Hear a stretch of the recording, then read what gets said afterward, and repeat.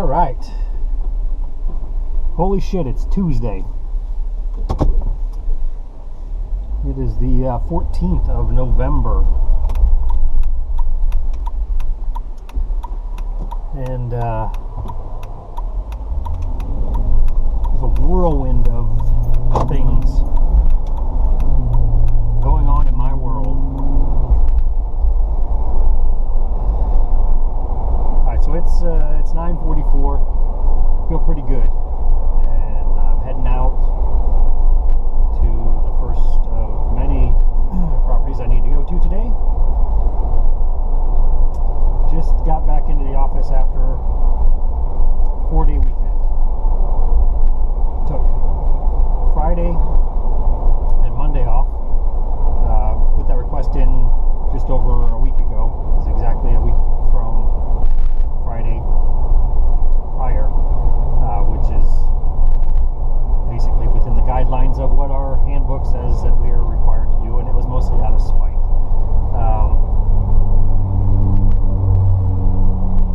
So we had the trip to Florida, had this NARCOM National Convention, came back, mixed feelings, thinking, all right, well, you know, this and this, and this, you know, obviously had been expressing some serious dissatisfaction with this business, this industry, particularly the business that I work for. And we had spent the better part of this year planning to open a restaurant, do something, get out on our own, to get away from it. Shit. That's gonna throw my whole route off. That ramp is closed. So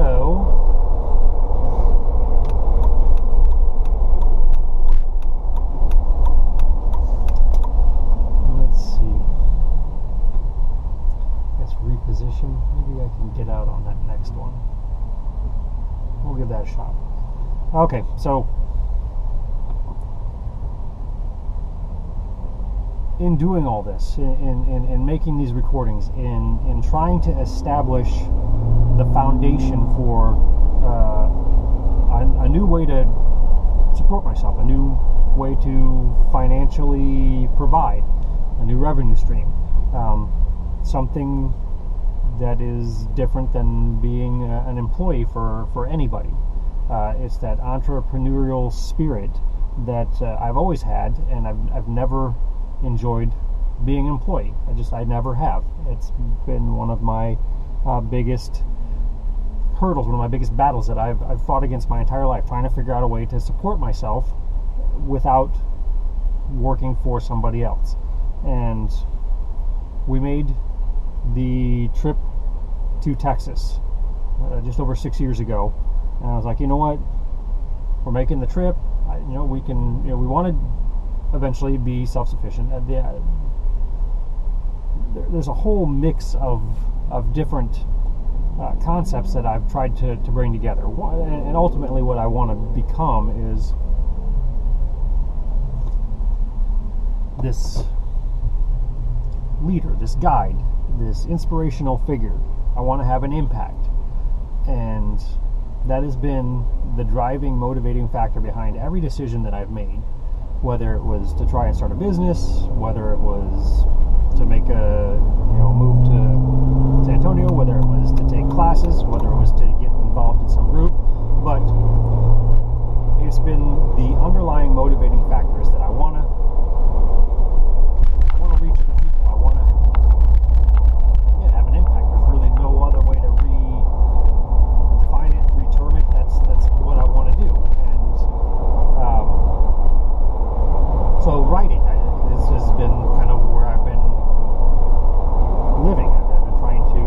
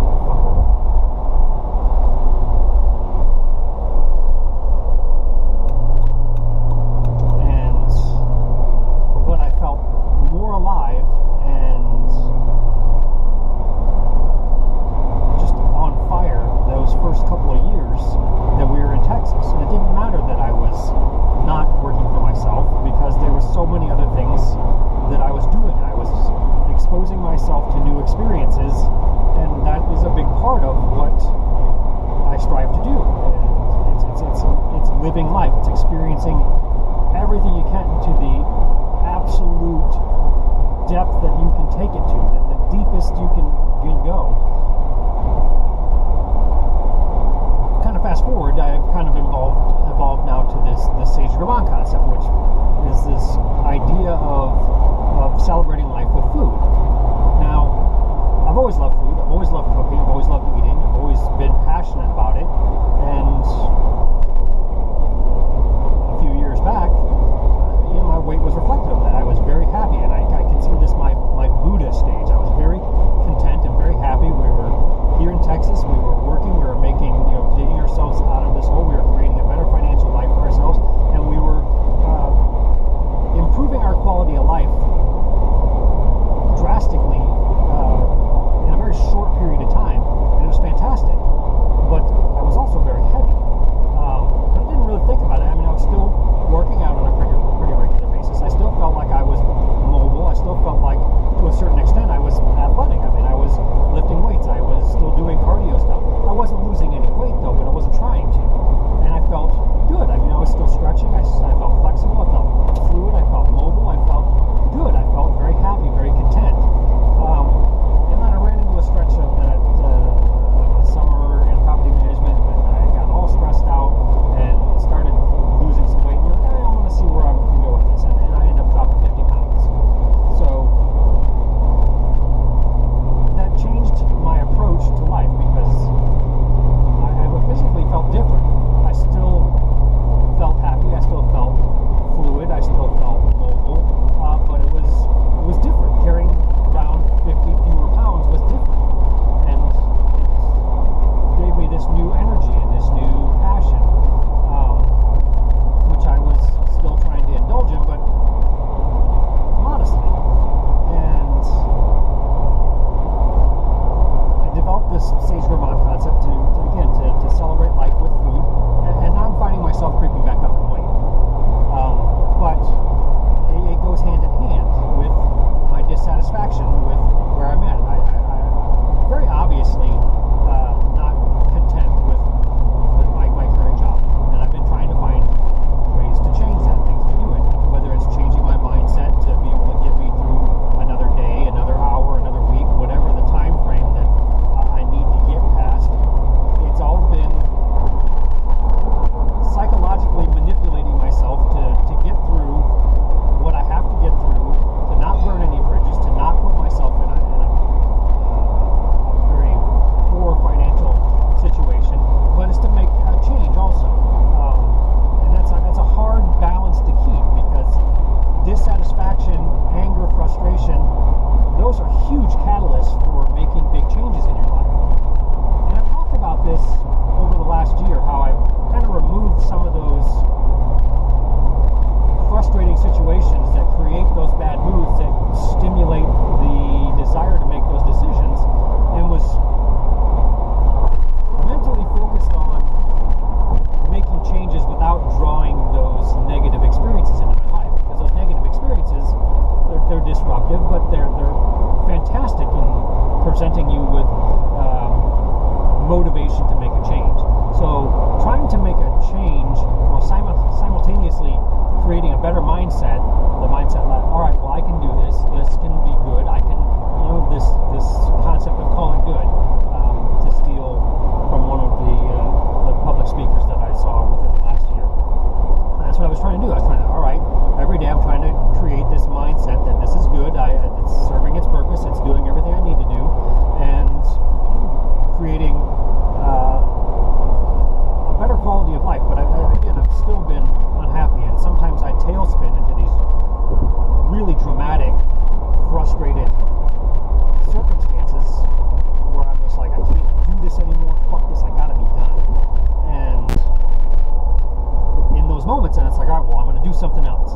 And we decided to do this restaurant concept in the spirit of that balance. We're like, all right, well, we're gonna hold it out. There's certain benefits to being employed, and Patrick, my writing and speaking coach, is all about maintaining your day job while you make this transition. Keep that money coming in so that you can support yourself while you're making that transition. But it's extremely difficult, again, to balance that out. You either create negative circumstances in your life to create that anger and frustrated motivation to make changes, or you find ways to placate yourself, to make yourself more flexible, to continue to move forward. But the sense of urgency isn't there, because you're in making yourself more comfortable with your current circumstances. The motivation to make the change isn't necessarily there. So, like, all right, well, we'll do this restaurant. We'll tell Steve about it. We'll make this. All right, well, we're going to leave by this date, and we're going to make this happen. And there was a very specific set of guidelines that I had for creating this business, and it really created a degree of difficulty, a handicap that I needed to overcome. And it was trying to find the ideal circumstances to make that plan work that was causing me frustration, was causing me anger. I ended up becoming more frustrated in trying to start this business, which was supposed to relieve me from the frustration of the job that I had. And I finally was like, you know what, just put it on hold. I don't have to do anything. I don't have to make any decisions. I still have a job. I'm still making money. And I've got time. And I gave myself that freedom. This is a couple months back. And in that time, I've kind of been in this flux period of, all right, what am I going to do and how am I going to do it? Having backed off the business startup and thinking about the guidelines and the restrictions that I had set for myself, I was like, it's too much, it's too risky. I'm adding too many degrees of difficulty, too many hurdles that need to be simultaneously jumped in order to make that happen. And that's not what I want. The idea was about creating a better life and not creating more stress and anxiety for myself. So that all happened, and then we went to Florida. And we went to Florida and had the convention, and I was surrounded by people that are in this industry that are very similar in personality. And I did kind of an analysis of that in a recording a couple weeks ago about just how comfortable I feel in the presence of those people.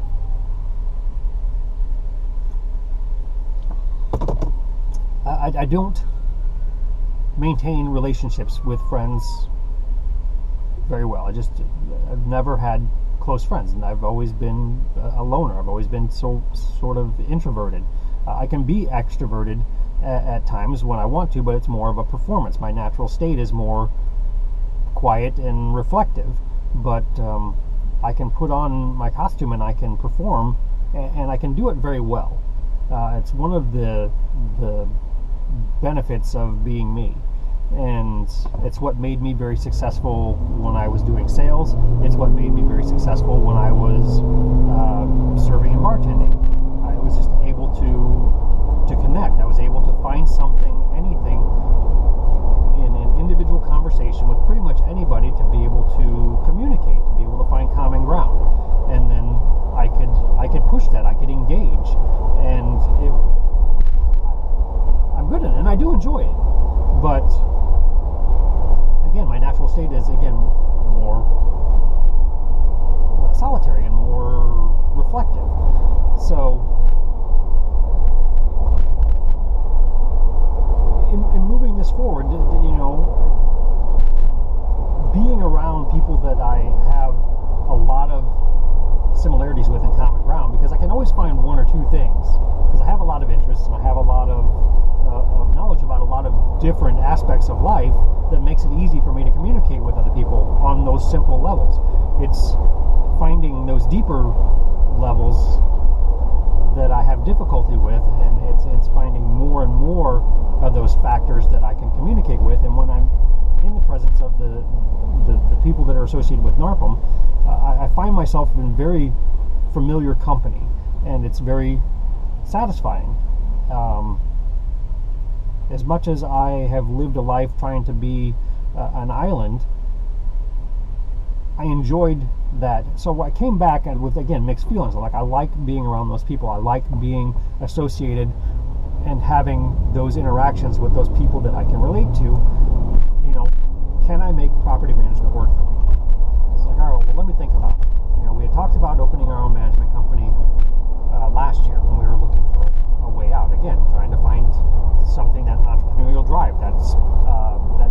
to be self-sufficient and not be an employee. The biggest frustration for me in being an employee, especially in the environment that I'm in now, is that the lack of communication. I don't like not knowing everything that's going on. That's just in my nature. I want to know absolutely everything about everything if it has anything to do with anything that I'm involved in.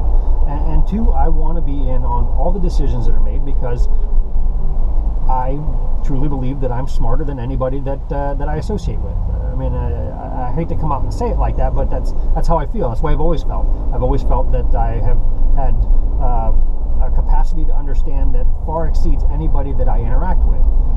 So to me, it feels like a waste that I'm not utilizing it, and it seems like a real waste that they're not utilizing it.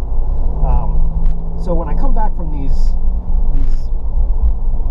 conferences, and I'm like, all right, well, I saw this, I talked to this person, I saw this thing, I heard this, I did this. If we implemented those, it would make my life easier.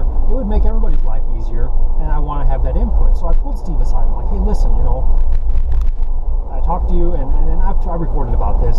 Bottom line is, I said, hey, these are some of the things that I picked up. These are some of the things that I think would be better for us, and maybe we should try these. And he's like, great, I'm always welcome to recommendations. And I'm like, great, and I felt good about it until the following week, when he basically disregarded the whole thing, made a decision that was completely counterproductive to what I was proposing, and it basically swept me under the rug, which I was like, all right, I've been dismissed. And it's not the first time.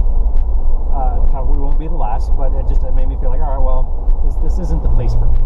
I'm not appreciated for where I'm at. I definitely do not have the venue and the ability to use or reach my potential, and maybe I should move on. And I kept going back to, all right, well, I've got a third of a book written. What I need to do is I need to lock in and write this book.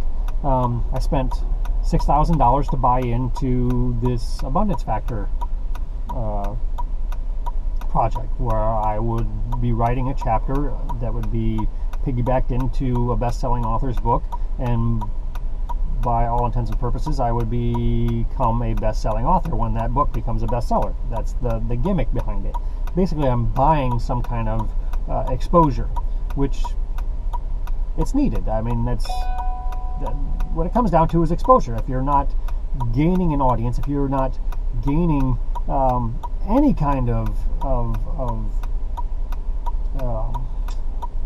lost for words, not recognition, but I just keep coming back to exposure. If you're not getting some kind of audience, some kind of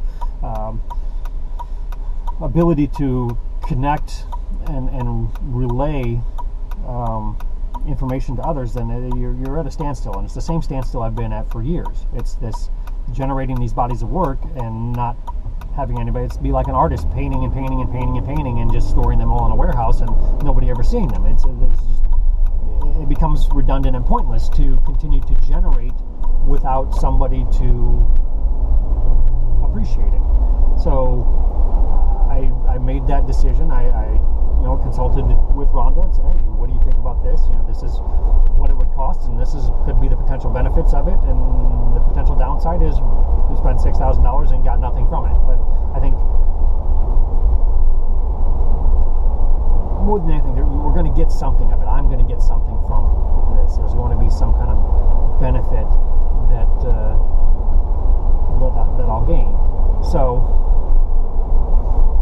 I did that. I made that step, and I keep kind of falling back on that. I'm like, well, I'm doing these things. I'm still making these videos. That is a motivating factor for me in these times where I'm like, all right, why am I going to this office today and listening to people talk about things that I hate saying it, but I'm surrounded with a lot of ignorance from tenants, from owners, from coworkers. And I'm like, all right, well, it's a means to the end.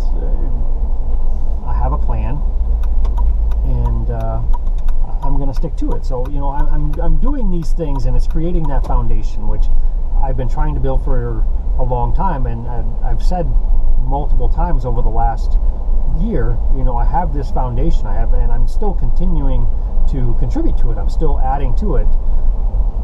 And and I keep talking about how I'm ready to build my structure on that, and I've theorized and I've attempted different metaphorical structures on this foundation and haven't really gotten anywhere.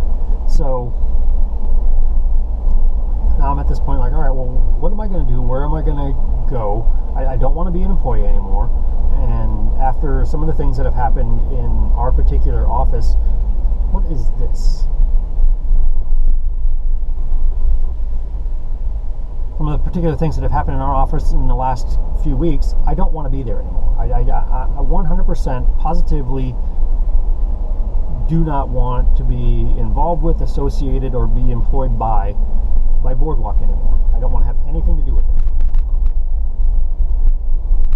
Having said that, I need the salary. I need to continue to make money while I figure out what it is I am going to do, because I don't know at what point my other works will start to generate revenue. So I need a buffer. I need something. I need to do something. And I've been struggling trying to figure that out and trying to maintain an attitude that isn't detrimental to me. I don't want to be in a bad mood. I don't want to be miserable. And last week I didn't feel well, and I went through a couple of days ups and downs. One where I was just like, I just feel absolutely terrible. No specific symptoms. I just feel shitty. I had a rebound day where I felt a little bit better, and then it rebounded, downslid again, and I didn't feel well again, and it was kind of up and down. But about a week prior, I had gotten so frustrated with the things in the office. I'm like, I have 4 weeks of vacation. I've used 1 day. I have 20 days, and I've used 1. And I've been in the back of my mind going, all right, well, how can I best utilize my time off? And we're going on the cruise. The cruise is already set. It's booked. It's paid for, theoretically, on a credit card. I still have to pay the balance, but the cruise is paid for, and we're going. And it's about 2 months away, and I'm looking forward to it, and that's exciting. Because we almost scrapped that whole thing with the business startup, and that was one of the most devastating periods or points of that whole process. Anyway, so I've got 5 days allotted for that. I had taken 1 day that was to take care of some things to get the business started, which ended up not panning out. And then so I'm sitting there 2 weeks ago, and I was so frustrated with the people in the office and some of the politics and some of the bullshit that goes on, and the lack of structure and the lack of leadership. I was just like, you know what? I'm taking a 4-day weekend. If I take Friday off and then take Monday off, I have a 4-day week, 4-day weekend, 4-day week, and then the following week is Thanksgiving. I have a 3-day work week and then a 4-day weekend, and then it's pretty much December. And then we're looking at Christmas, and I'll take some days in December. I did basically the same thing last year. Between October and January, I only worked like 1 or 2 full weeks last year, and it was great. It got me through, but I used a lot of my days, and I was trying to figure out, all right, well, if my days are numbered at the company, I want to use them up as much as possible before I vacate, before I leave, go somewhere else. And I just don't know where I'm going yet. And half of me thought about, maybe I'll be happier in another management company that I can assume more of a leadership role, a supervisory role that is reflective in a equally beneficial salary. So I thought about that. I'm like, that just seems like a lateral move, and I want to move forward. I was thinking about the restaurants. I'm like, you know what? I have such a specific idea and structure for that I still have my eyes open for opportunities, but I'm having a lot of difficulty finding all the pieces that fit together that puzzle. So I've kind of just put that on hold. It's there. If something presents itself and meets all the criteria, great, we'll move forward with it. But if not, I'm not going to stress about it. So I'm in this situation. I'm like, all right, well, what do I want to do? So I got frustrated. I'm like, you know what? I'm taking this time off, and I felt guilty about it. I feel guilty about taking my paid time off, and like I said, there's certain guidelines, there's certain rules in the employee handbook, and I hate rules, but I love them. And I follow the rules, whatever the rules are, regardless of how much I like or dislike them. I always adhere to them. So the rules are this, this, and this. These are the criteria for taking days off, and I met all those criteria. And I took them, but I still felt guilty about it. And it got to be midweek last week, and I was just feeling shitty. And I'm like, I wasn't even looking forward to having a 4-day weekend.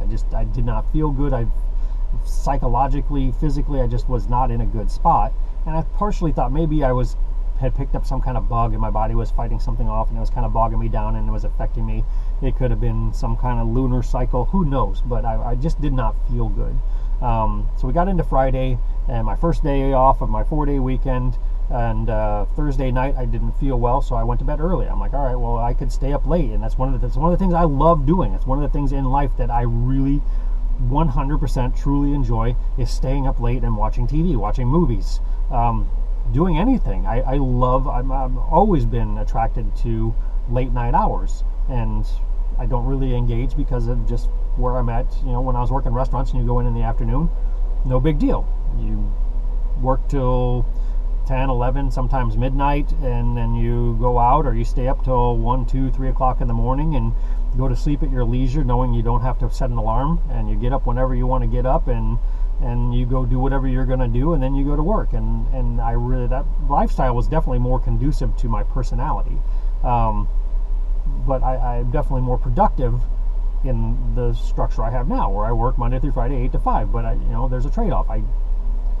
If I don't want to be tired at work, I can't stay up late. So anyway, I got Thursday night. I didn't feel well, and I had the opportunity. The first night before a 4-day weekend, I could stay up late and do whatever I wanted, and I didn't want to.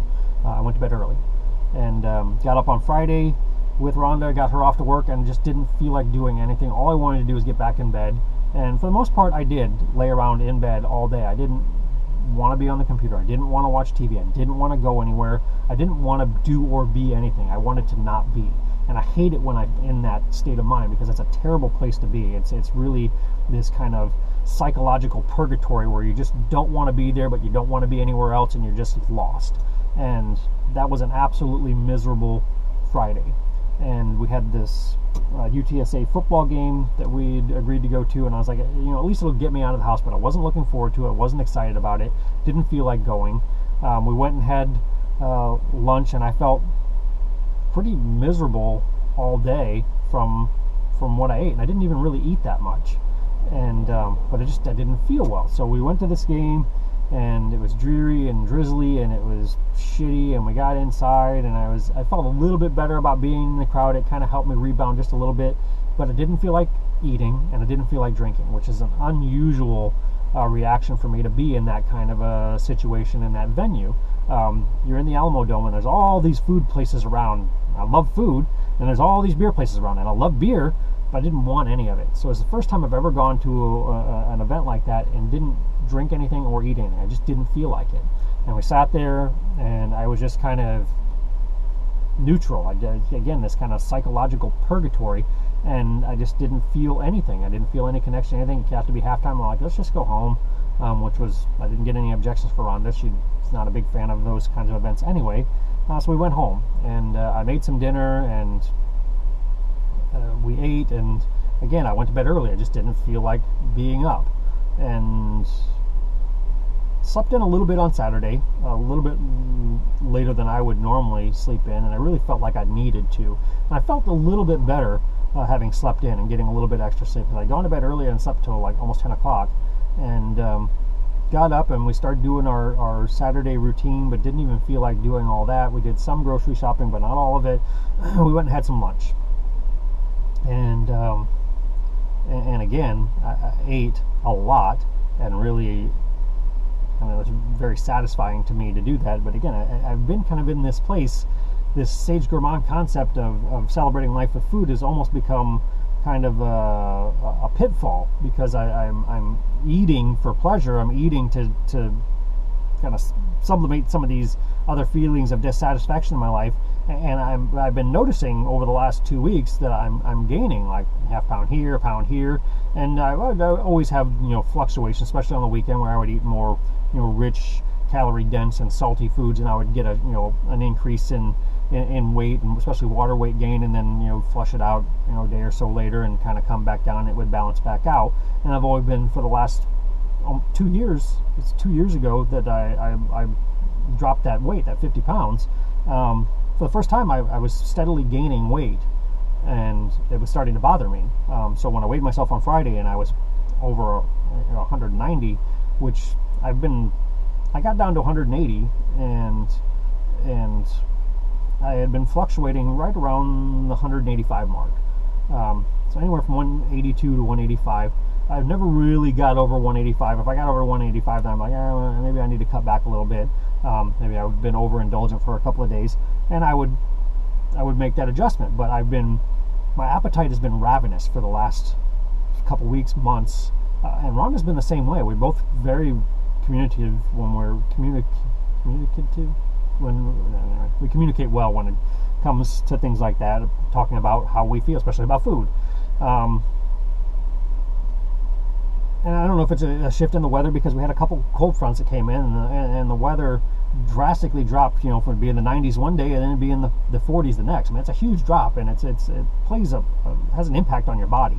And part of me was like, all right, well, maybe it's the weather, maybe it's the change of the seasons, daylight savings. We're losing daylight hours, and now it's dark at 5:30, and all these things I think are contributing to this. But I'm also, especially after eating on Saturday afternoon, I ate a lot. I mean, I ate kind of what I would normally eat 2-3 years ago at a meal in one sitting, and I didn't feel too terrible about it when I finished.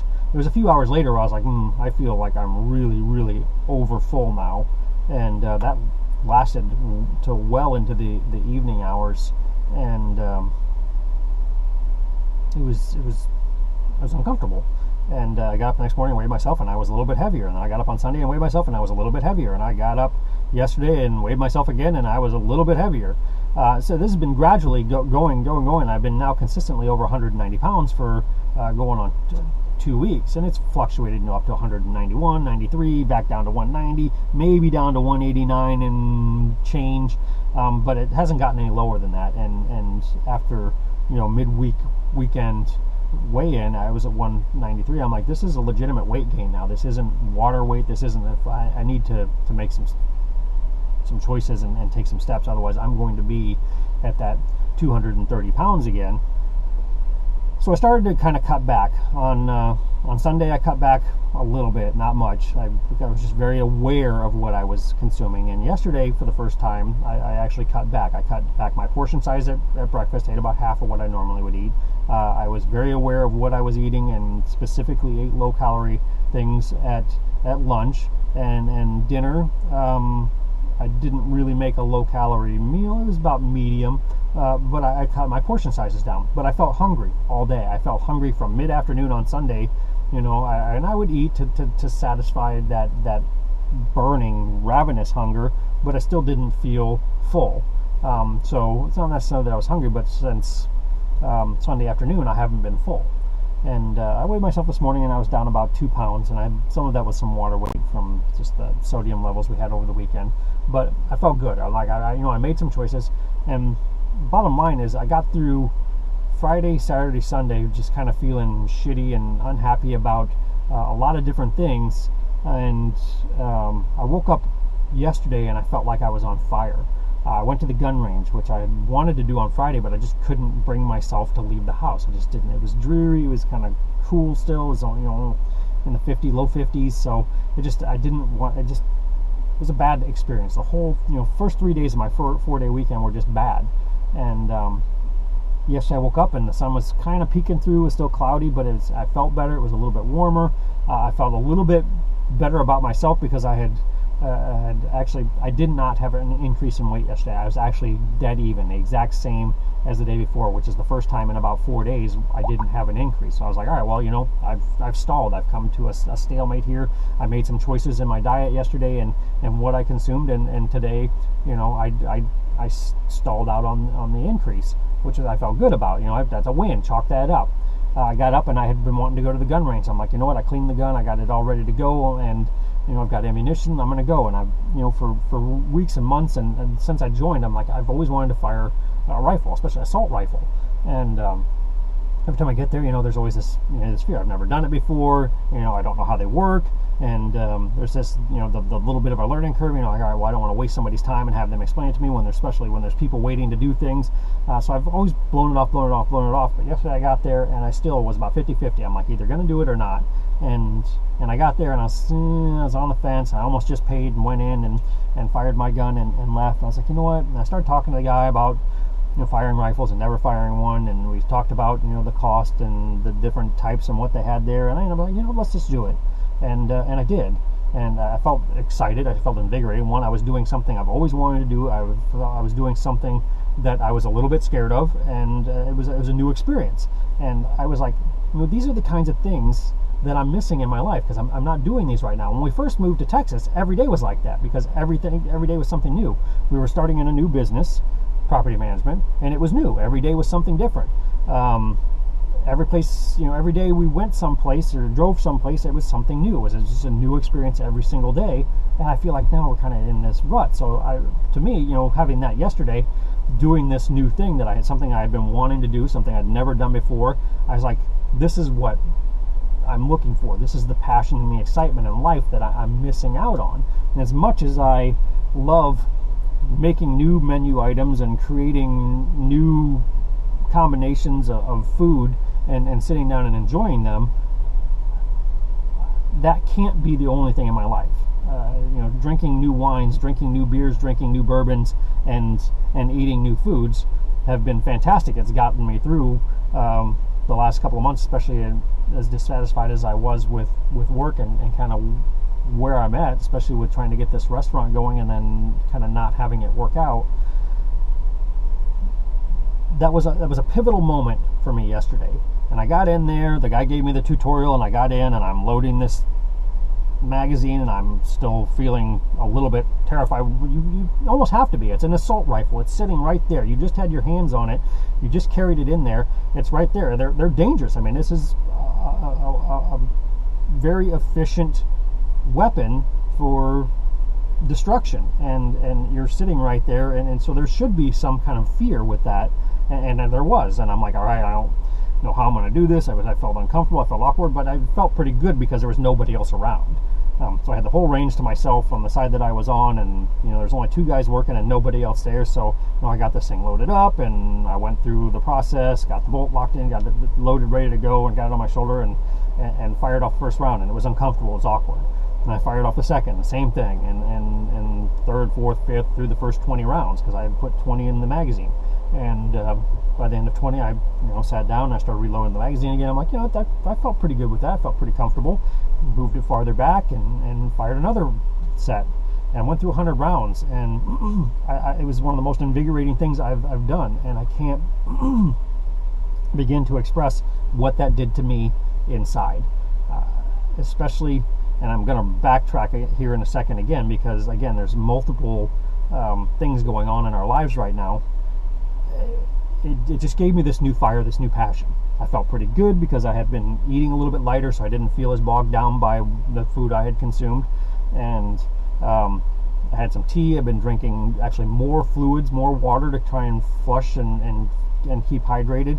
And I felt good. I mean, and then I returned that, and I fired my gun for a while, and I left there, and I was just energized, and I felt so good about everything. But it gave me some perspective on everything else. And again, everything comes back down to those 2 things: perception and perspective. And I've been trying to manipulate mine to get through very even keeled through this pattern, this portion of my life, to figure out what I'm going to do next and where I'm going to go. And everything kind of just fell into place. I started thinking about the restaurant and my motivations behind that. I started thinking about the books and my motivation behind that. I started thinking about these recordings and my motivation behind that. And then I started thinking about all the things in my life right now that are causing me dissatisfaction. One, politics in this country are driving me absolutely crazy. It actually diminishes my respect for humanity, having to listen to these fucking morons on a day-to-day basis combat back and forth, right side, left side, right side, left side. Fuck you guys. It's all bullshit. about 2 weeks ago, maybe not even, the idea popped up about moving. And we've talked about moving. We went to Florida for a wedding in August, and we talked about, hey, moving to Florida. Hey, the kids are pretty much grown and gone. We've got the freedom, we've got the flexibility, we've got the resources and the finances now. We could do that if we wanted to. Maybe we should start a business there. So it's always been there. Last year we were talking about moving down to the coast and starting a property management company. So relocating has been one of those things, been kind of fluctuating back and forth. So I was thinking about, one, finding a location or an environment, an area, sociological setup that's different than where we're at, that might be more conducive to my spirit, to my the way I live. And immediately we start talking, just kind of joking around about Hawaii and about how beautiful it was there, how nice it was, and how laid back it is, and how everybody just kind of lives life and is really tries to enjoy it, and there isn't as much conflict and combat. But then we're talking about, all right, well, where we are globally with politics and nations and stuff, not that I think that it's a high probability or possibility threat, but North Korea has nuclear weapons, and they claim they can strike the U.S., and one of the closest places that they could strike would be Hawaii.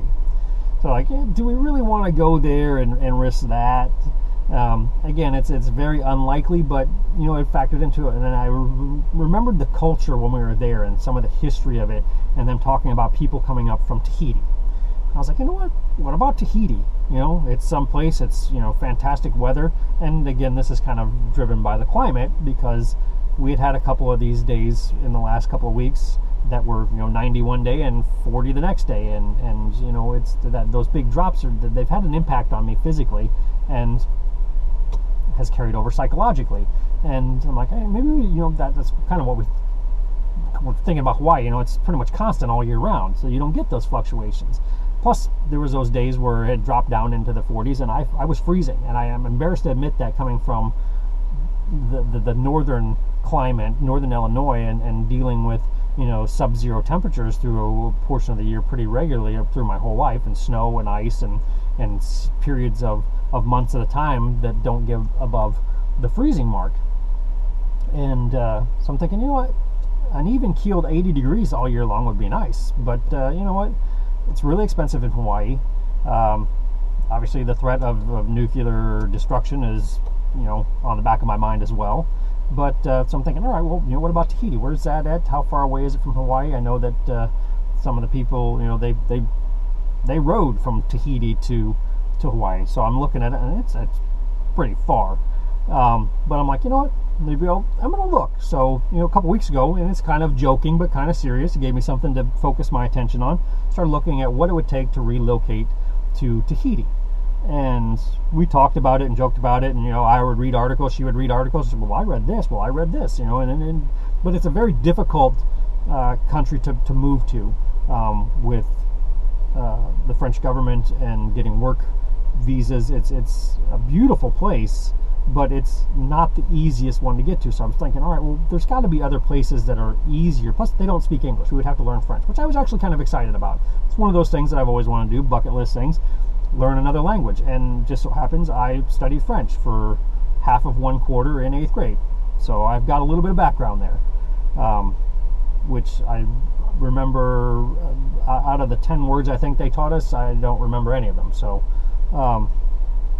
but there's a background, right? So something to build on. But that's one of those things I always wanted to do, learn a foreign language. So hey, that would be exciting. Be able to learn something, go to a new culture, and try something new. But the more we looked into it, and the more I looked into it, the more I was like, there's a lot of hurdles to jump over, a lot of things that you would have to satisfy to be able to make that happen. I just don't know that we can do all that. But I'm like, we've got equity in the home, which is great. We were going to use it to start a business. We were going to use it to relocate. We were going to do whatever. But, maybe we scrap everything, start over from scratch again. And I started having these flashbacks of doing that 6 years ago, selling off everything we own and coming to Texas with nothing. And at that point, we had nothing. We sold off everything we owned and had enough for gas money. and it was terrifying. But we're in a position now with the credit that we have established and the equity we have in our home that we could sell our home and have a pretty good nest egg to get us someplace and get us started. And for me, if I'm going to write and speak, I can do that from anywhere. Obviously, the travel expenses from someplace like Hawaii or Tahiti to travel to mainland United States or wherever I would travel is definitely much higher starting out from one of those places, but definitely something that can be worked into the budget. And so we've kind of been joking and talking about that for a couple of weeks, and as we got in, I was like, you know what, there's got to be other places. So I started looking, best places for Americans to move, a place that speaks English that's not part of the United States, that has a culture that's similar to, has an environment that's similar to, the tropics. And I ended up coming up with New Zealand. And it's been in the back of my mind because there's a writer that I follow that I'm particularly fond of that was a United States citizen and moved to New Zealand. And I've always thought, why New Zealand? And the more I started looking into it, New Zealand is a fantastic place, especially for Americans to move to. Because they speak English, it's very easy to transition and get there. And I've been doing quite a bit of research here. I mean, I'm just scratching the surface. Quite a bit. It means I've been reading everything that I can read over the last couple of days when I've had time to read. But I'm still definitely don't have enough to make a decision on. But everything that I've read is definitely exciting to me. And we've been talking about it more and more. And we're talking about it more seriously now every day.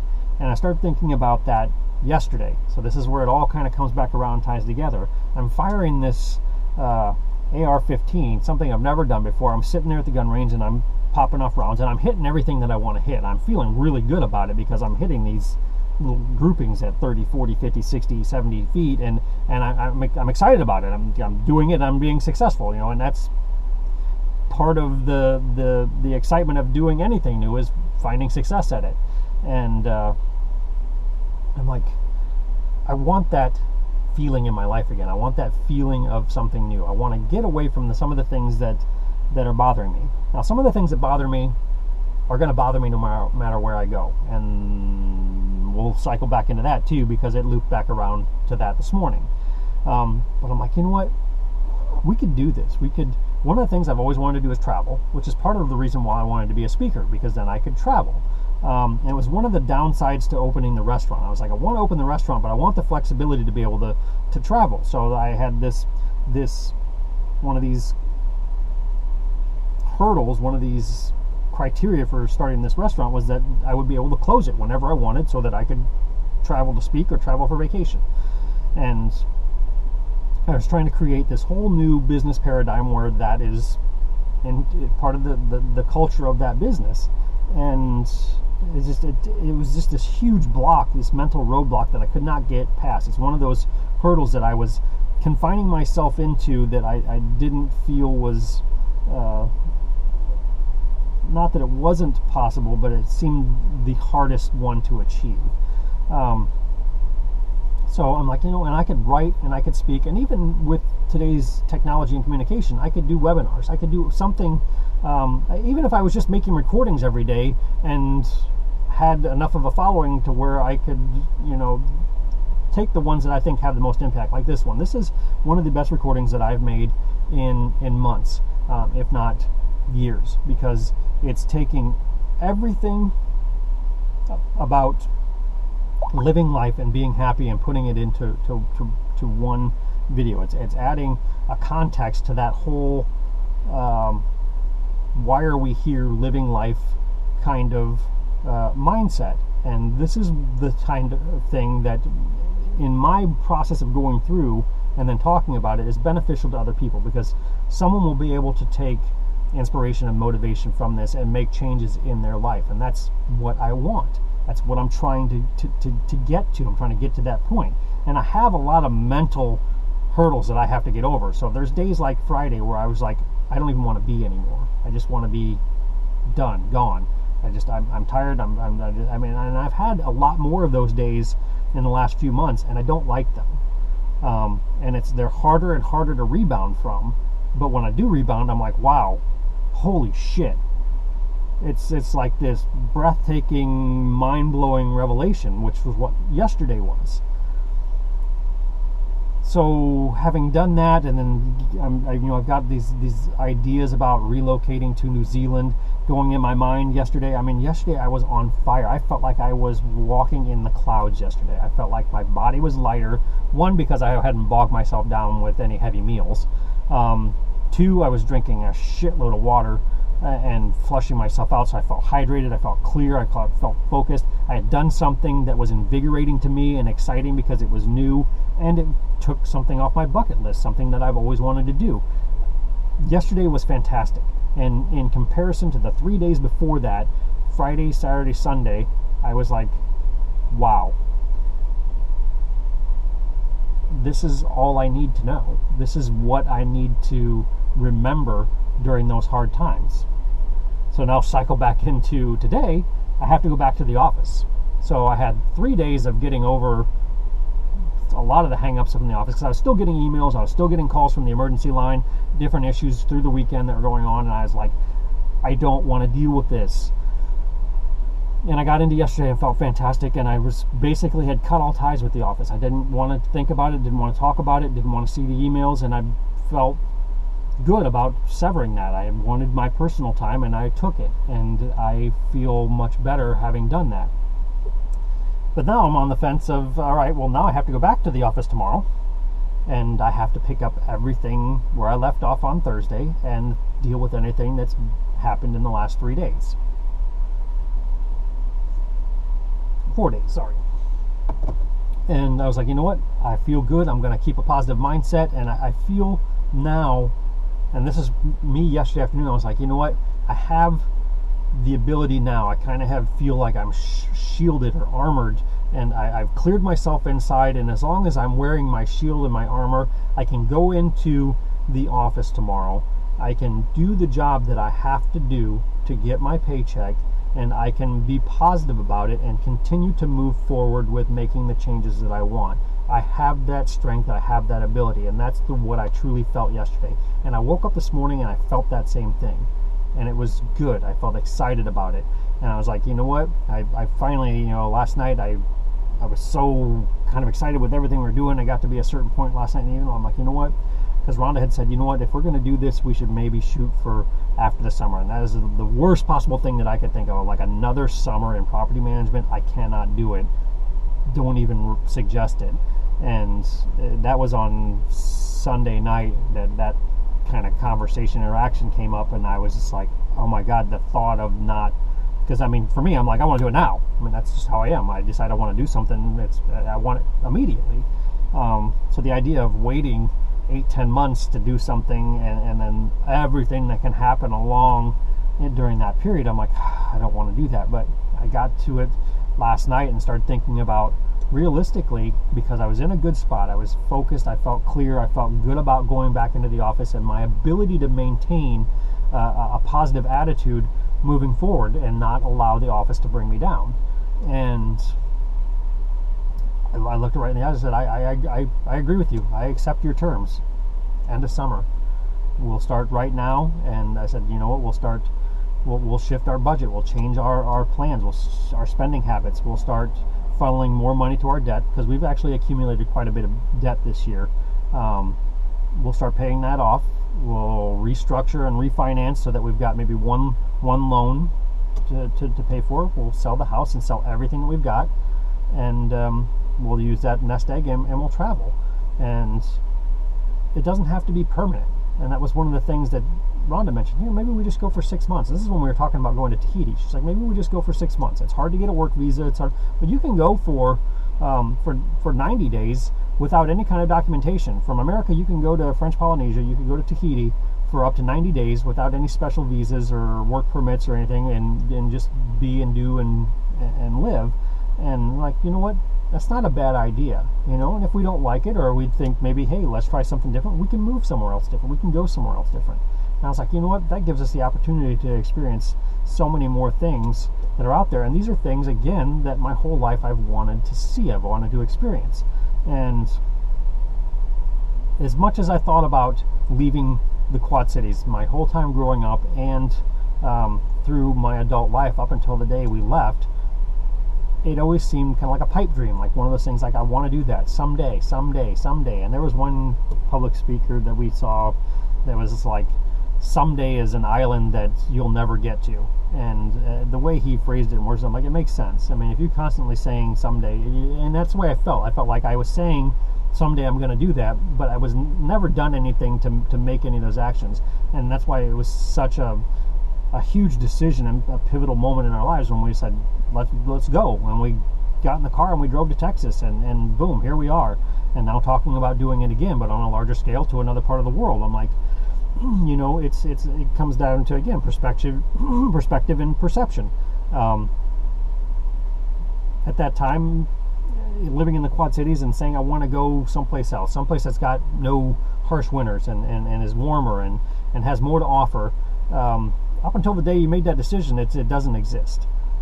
And then all of a sudden it does. And now we're in that same boat, and we've done it once on a smaller scale, but that's what practice is. That's what learning curve is. That's what the process of evolving is. It's no different from me firing a handgun for the first time a year ago, and me firing an assault rifle. And I know with gun control out there now, that's probably not the best subject to use, but those are things that I like. Those are things that I'm drawn to, and they're experiences that I enjoy.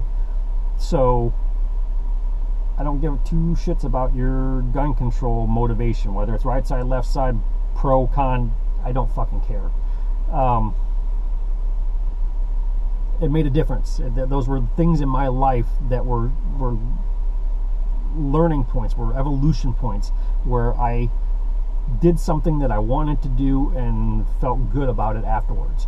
So now I'm sitting here. It's Tuesday, and I've been talking for, what does that say? Nearly an hour. And I'm in a good spot right now. I was not 2 hours ago. I woke up, I felt good. Got ready to go, felt good, felt strong, felt clear. Riding on the high of yesterday, getting into the day, saying I can do this, I'm going to get into the office, I'm going to make a difference. But I did have some frustrations from the weeks prior, and I was like, you know what, I'm not going to, Steve's not there, Shannon's not there. I have issues with that on so many different levels, and I'm not going to get into it, but I'm like, you know what, I'm going to do things, but I'm going to do it my way. So I didn't take my earrings or my eyebrow ring out today, and I've been doing that for 6 years. Every day when I go to the office, I take them out. That's part of me putting on my professional costume, and I'm like, I'm not going to do it today. As a matter of fact, I wasn't even sure that I was going to wear dress clothes or office clothes. I thought maybe I would just wear shorts and a t-shirt. Again, I was just like, it's my way of rebelling. It's part of what I do and how I do it. So I was like, well, you know what? I'm just not taking my earrings out. I'm like, chances are nobody's going to notice. Nobody's going to say anything. I'm just going to roll with it. So I did, and I felt kind of good about myself, kind of being that rebel and doing this, and got myself ready, and we got in the car and headed to work. And there was an accident somewhere, and traffic was backed up, and it took us 45 minutes. So we were nearly 20 minutes late getting to the office, and I was filled with frustration and anxiety when I got there. Every good thing from yesterday was gone. And I tried to, as we were sitting in traffic and the clock was ticking away, and I hate being late. Being late causes me tremendous anxiety, and it puts me in a bad mood. And as much as I've tried to overcome that, it's one of those things that I have a lot of trouble dealing with. So as we're sitting there in this traffic, and we're in circumstances and situation that we cannot change, there's no way to get to the office any quicker than that. And I felt helpless, I felt out of control, and as the longer it got and the later it got, the more angry and frustrated I got, and I started slipping back into that hole that I was in last week of fuck this, fuck that, fuck them, I'm not going to do this, I'm not going to do that, I'm going to do this way, and I'm going to do this for spite, and I went back and forth. I tried to balance that out and keep it, and the longer it took, we finally got to the office, and I was so tensed up and so knotted up, and my chest hurt, My stomach was upset. And I hadn't eaten anything, and I felt so good yesterday. I felt so clear, and my stomach was just acid and just indigestion, just fired up from my stress level. And we walked in the door, and the first thing Dobbs does looks at me and goes, "You didn't take your piercings out?" And I was just like, "You got to be fucking kidding me."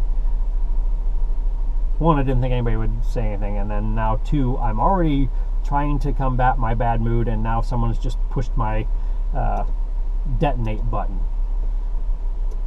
So I just kind of shook my head and went in there, and he started pushing it, and I blew up, in a nice way, because I have respect for him. And I was like, you know what?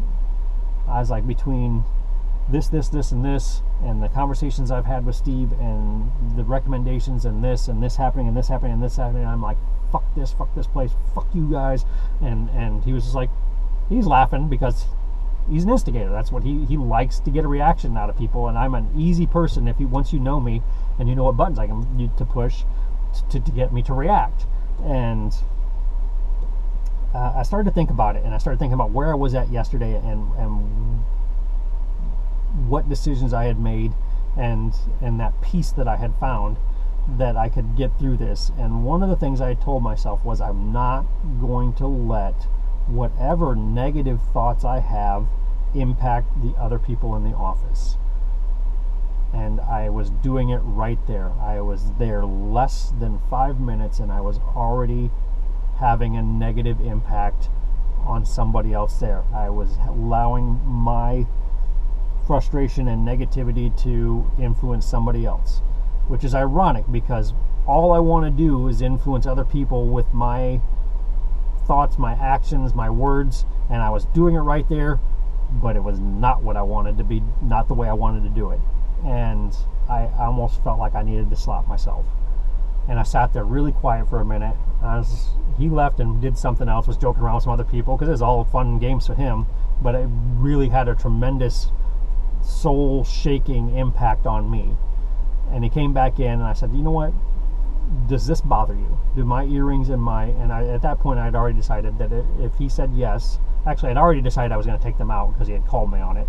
But part of me wanting to be the rebellious asshole that I can be sometimes, I was like, I'm not taking them out. So I'm like, does this bother you? And he's like, I don't care either way. Do what you want to do. And I was like, no, I'm serious. Does this bother you? Because I actually respect what you think, and if you think that it's wrong for me to wear these because it's not professional, and he's like, this is what I see. He's like, there's Jason outside of work and there's Jason inside of work, which is very true, because that's true. And I actually responded after he talked. He's like, but I see you every day without those, and I feel like that's you being professional, Jason, at work. And then there's Jason outside of work, which I said, you know what, that's exactly it. And I said, that's part of my frustration, is that I put on a costume when I come to work, and my costume is taking out my piercings, because that's part of me being professional and kind of conforming to the situation, the balance of what it takes to be considered professional. I said, I want your honest opinion. He's like, I don't have an opinion. I was like, no, I want your honest opinion. Do you think it's unprofessional for me to wear these? And he's like, I don't have an opinion. He's like, I'm not going to answer that. I'm like, you do have an opinion, because you pointed it out as soon as I walked in the door, so you obviously have an opinion. And he's like, no. He's like, you can do whatever you want. I said, I've never been told that I can't. I said, I offered that up from day one. I said, I will take these out. I do not wear them when I work, because I personally feel that it's an appearance professional thing, and I kind of made that commitment myself from day one. But I've never been asked, I've never been told, hey, don't. And I don't know that it specifically in the handbook says you can or cannot. I don't think it's even addressed. But he turned back around to his computer, and I took them out, put them in my pocket, and said, you know what? I'm going to hold true to where I was at yesterday. I'm going to reboot myself. I'm going to clear myself of the frustration of the traffic jam that I was just in and being late. I'm going to reposition myself in a more positive mindset. I'm going to remember what a fantastic day yesterday was, and I'm going to use that to shield me from this stuff. And I'm looking at my email. I had 107 emails that I had ignored for my 4 days off. Got glimpses of a couple of them as they were coming through, title lines and things like that. But I was like, you know what? I'm going to go through my emails. I'm going to sort through. Fortunately, it was almost all junk. There only ended up being, I think, 4 that actually had any kind of relevance to anything, and none of them that were priority issues that needed to be addressed that had not been. So that was a relief, because that's one of the biggest, most daunting tasks when I come back from time off, is tackling my email inbox and the potential landmines that are sitting there, had been waiting for me to come back into the office, and there wasn't any. And he turned back around and we joked about a few things, and he went back out and didn't notice that I had taken them out. He went back out, I went and did some things, and I came back in. I was just getting ready to leave, and he's like, "Where's the stuff?" So I took it out. And but I was able to, in about 30 minutes time, spin myself around, get myself right again. I was like, all right, well, these are the things that I need to do today. I need to go to this property and this property because I need to get these things done. And I need to do this, this, and this because these need to be done. And these are the order that I'm going to do them because it's based on priority. It's Tuesday. Got 3 days left of the week, 2-day weekend, and then a 3-day work week. I'm trying to keep those things in mind. We've got a cruise coming in 60 days, and quite possibly an entire life-changing change of countries, even if it's temporary, in less than a year. And I was like, I can do this. I can make this happen. And I was like, I need to talk about it, though. I need to talk through this. I need to record this because I need to show everything that's happened in the last 2 months, 2 weeks, 2 days, 2 hours. And this is where I'm at, sitting outside this house that I need to take pictures of so it can go on the market, with one more to go to, and then I can get back into the office. It's already almost 11 o'clock, so my day is almost half over. And considering how it started, I feel good. I feel really good. And I'm so glad that I was able to rebound from that, because I could have made choices that were different, and I could have put myself back into a very unhappy, unhealthy situation that I have been in before, and I don't want to be in again. And that's it. I'm here, and I have a lot of things that I want to do, and there's a lot of really exciting possibilities out there that I am really looking forward to evaluating and putting a little more thought into. That's it.